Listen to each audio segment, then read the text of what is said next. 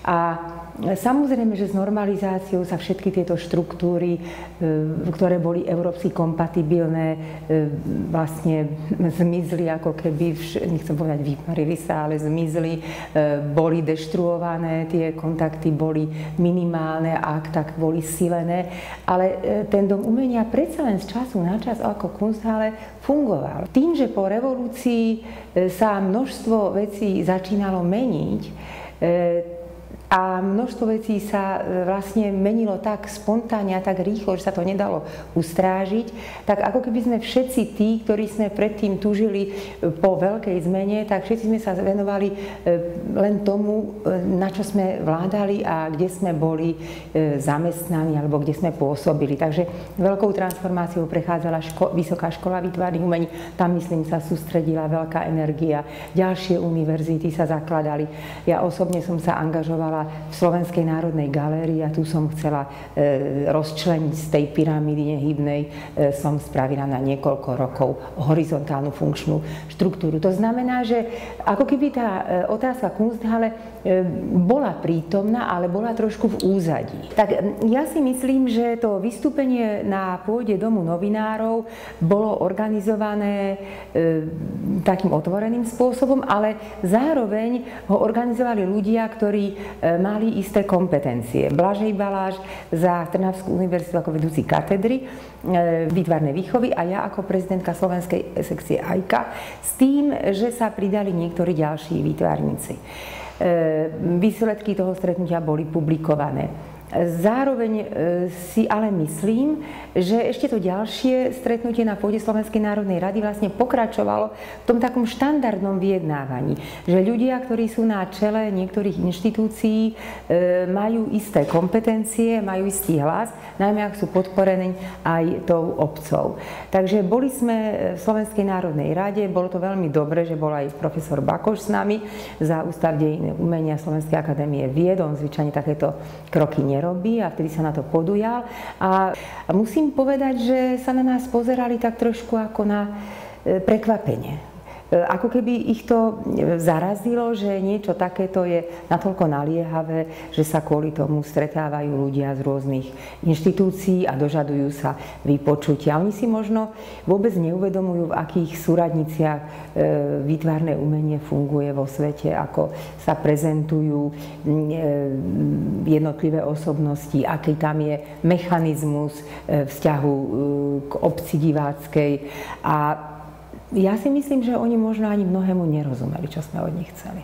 Ja by som ešte chcela pripomenúť to obdobie, kedy tam bol Rezník. Skoro by som povedala, že tá naša prvá iniciatíva, ktorá vrcholila stretnutím na pôde Slovenskej národnej rady, mala istý zmysel, pretože pán Rezník, ktorý začal pracovať na ministerstve kultúry, bol poverený zriadiť Kunsthalle.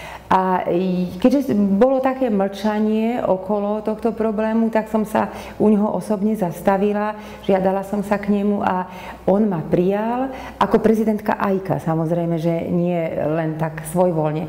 No a ukazoval mi tak rukou na takú skriňu, že tam má tie materiály a že je to vážne, ale že on to zverejňovať nebude, pokiaľ to nie je celkom pripravené. A veľmi ani nebol ochotný hovoriť, s kým spolupracuje.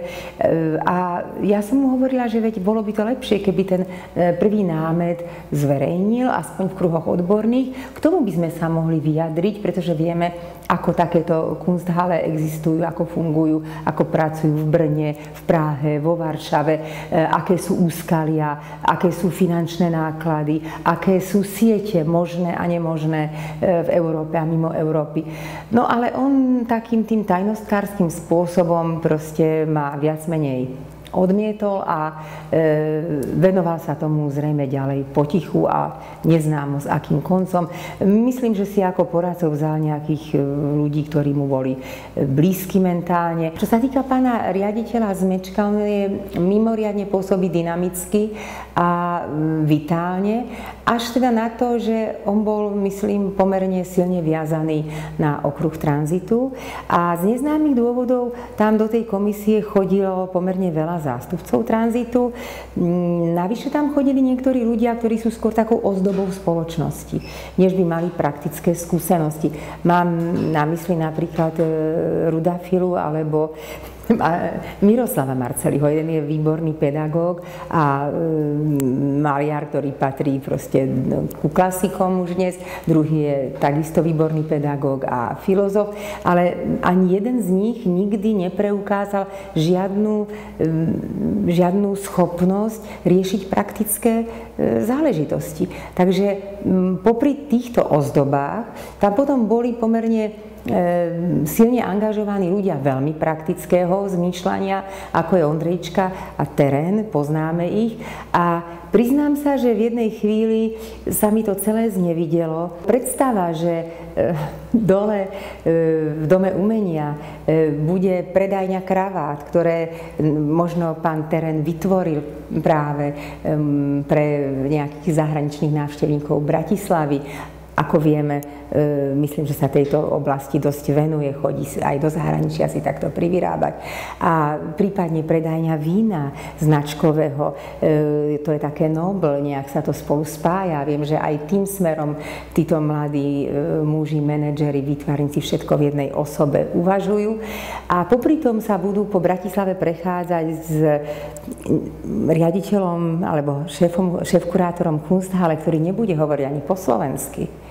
Tak priznám sa, že nie som nejakou nacionalistkou, ale táto predstava sa mi skutočne nepáčila. Pán inžinier Zmeček, ja už som potom hovorila pán inžinier pre istotu, aby sme boli na čistom, že kto má aké vzdelanie, kto pre akú skupinu ľudí pracuje a akým spôsobom uvažuje, pretože mi to prišlo skutočne zvláštne, že popri tom, ako my sme tam sa stretávali a rokovali, tak odrazu sa zjavila informácia, že už sú prebudované panely v Dome umenia, už za to niekto dostal honorár, už má na to nejaké autorské práva a tak ďalej a tak ďalej. Takže my sme sa síce schádzali a pracovali sme, občas sa tam prišiel aj pán minister Chmel pozrieť, bolo to niekedy aj dosť búrlivé, lebo mali sme veľmi rozmanité názory a ja som sa svojimi protirečivými názormi nikdy netajila. Ak teda pán Terén a Ondrejčka a pán Zmeček vytvárali také veľmi blízke názorové trio, pomerne silné a presadzovali tam niečo, s čím sa nedalo súhlasiť. Na druhej strane, napriek tomu schádzaniu a napriek tej práci sa ukazovalo, že sme vôbec neboli informovaní o tej podstate, že kam to vlastne smeruje, čo sa tam už pripravuje, z akého vrecka tie peniaze sa tam investujú. Jednoducho hrala sa s nami akási nie celkom čistá hra. Ako som už aj hovorila predtým, to menovanie tých komisí je záhadou. Kto, kedy, ako si pomyslí, že kto by tam mal byť a kto by tam byť nemal. A tým pádom vlastne stratilo zrejme oprávnenie, to jeho rozhodnutie. Ona si stratil dôveru v tú komisiu, keďže sa tesne pred konkurzom vymenila. Cítil, že je to manipulované. Zase si myslím, že keby sme sa pozreli na tie mená, kto tam bol za koho. Ja si plne vážim, kto tam bol pán Jankovič, myslím, a ešte niekto ďalší. Ja si ich plne vážim, ale pokiaľ pán Jankovič už nebol rektorom Vysokej školy výtvarných umení, no tak mal povedať, prepáčte, ja nie. Ale tento spôsob, že sa vyťahujú tie mená ako proste šatky z klobúka, to je nevhodné. Hoci znovu opakujem, jednotliví ľudia sú v poriadku. Ten problém je, že nie vždy sú reprezentantmi na tú úlohu, ktorá sa im zveruje. V tom ja vidím problém.